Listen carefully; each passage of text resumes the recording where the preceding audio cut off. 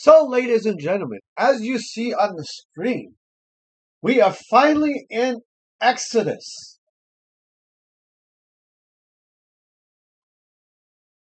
So let's begin with the lesson, shall we? And these are the names of the son of Israel, that would be Jacob, which came to Egypt with Jacob. So the ones, not the one that was in Israel, in Egypt, but the ones that came with him, okay, with Jacob and his household. Came who? Reuben. So these are the brothers, by the way, that these are all the names of the brothers that turned over Joseph to become a slave. Reuben, Simeon, Levi, Judah, Issachar, Zebulun, or Zebulun, and Benjamin, Dan. Benjamin's the youngest one. Dan, Naphtali, Gad, and Asher. Okay, and I think Reuben is the one that wanted to protect Joseph.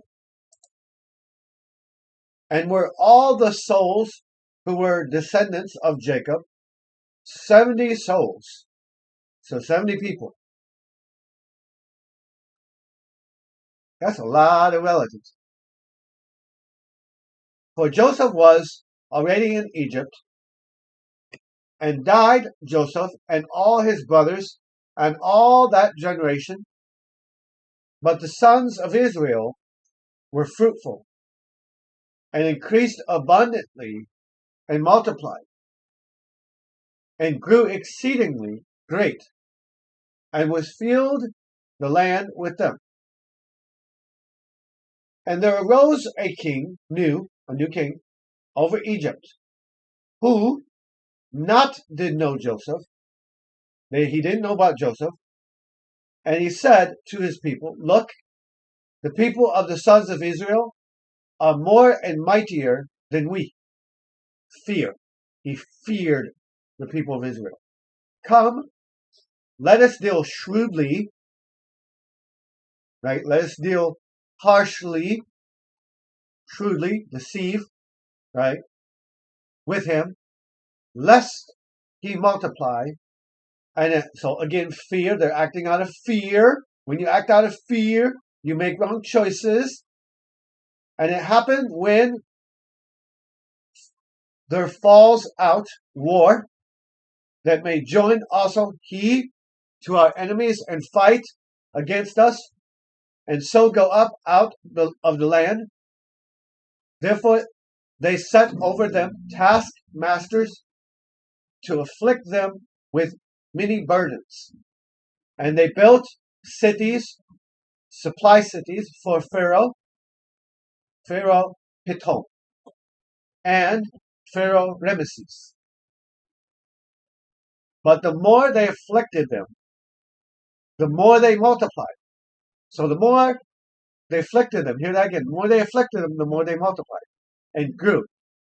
And they were in dread of the sons of Israel, so made serve Egypt, the sons of Israel. So they're like, wow, the Jews are multiplying. We're scared.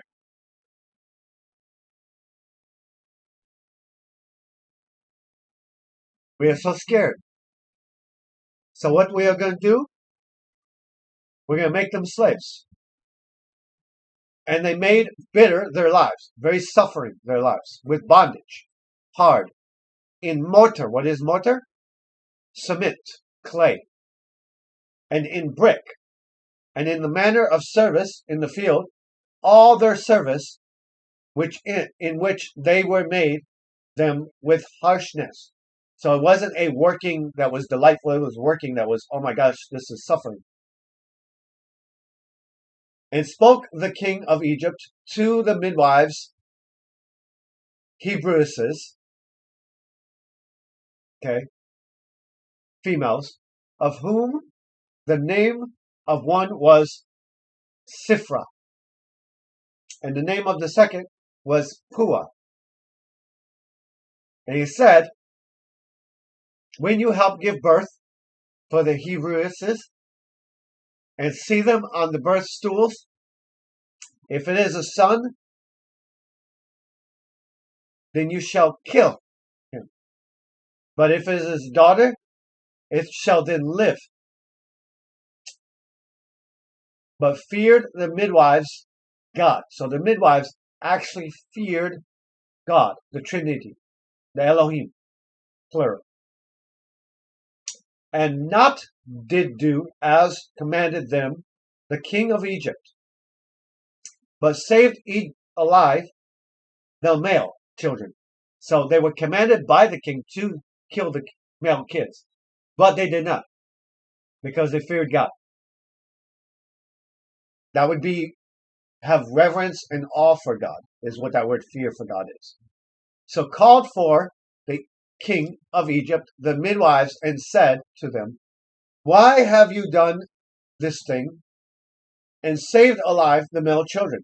And said the midwives to Pharaoh, because not are like the women Egyptianesses, the Hebrewesses, for are lively, they before they come to them to deliver, they give birth. Therefore, dealt well God with the midwives. So because the midwives wanted to listen to God over man, the midwives were very blessed. And they multiplied the people. And they grew, multiplied, very.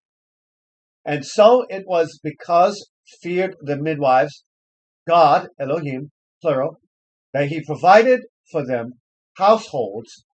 So commanded Pharaoh all his people, saying, every son who is born into the river you shall cast, and every daughter you shall save alive. Okay? So still more orders. So, that is the end of this Exodus chapter 1. Very short. Let's break it down. Very simple. Okay? So comes a king that did not know anything about Joseph. Probably came a king that did not respect God, did not know God, did not honor God. And because of his fear, hear that again, because of his fear that he was feeling, he gave in to his fear, okay?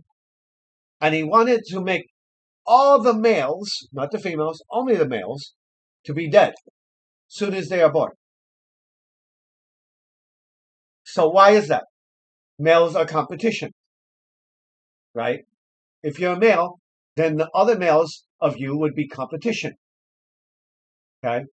Competition for your throne, competition for your power, competition for your women. But you wanted to keep the women alive, most likely, because hey, it's women. They can make children. We can spread our peoples, our Egyptian peoples, right? So he orders the boys be killed. But the women who were serving under, they respected and honored Elohim, and because they honored and respected Elohim, they decided to go against what the king says, even though they knew most likely they would end up being killed for it. And because the midwives respected to follow God over following what man says, even if that man is a king, Elohim, God, dealt very wonderfully with the midwives and made the children and the grandchildren of the midwives very, very blessed, multiplied. Okay? And Pharaoh was pissed at this. So what does he do? He goes, okay, I'm going to give an order, but I'm not going to tell the midwives who are the ones bearing the children. I'm going to tell my warriors, my people, the commanders, the armies. And he said to his people, every son is going to be thrown into the river. So, and this has direct connection, as we will see later, when it comes to the time of Moses. Okay? So this is a back history before Moses shows up. And this is connected to when Moses shows up. There's a similar event that happens. And this also is connection with why one of the plagues that fell upon Egypt comes upon Egypt, because Pharaoh is doing it. So that same principle is what you sow, you reap. Okay? So I hope you guys enjoyed this enjoyed this mission of learning the Word of God with me. And I hope that you've gotten some good readings out of it.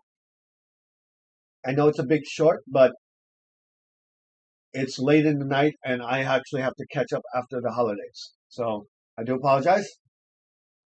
Thank you for your time, and I will see you at the next lesson.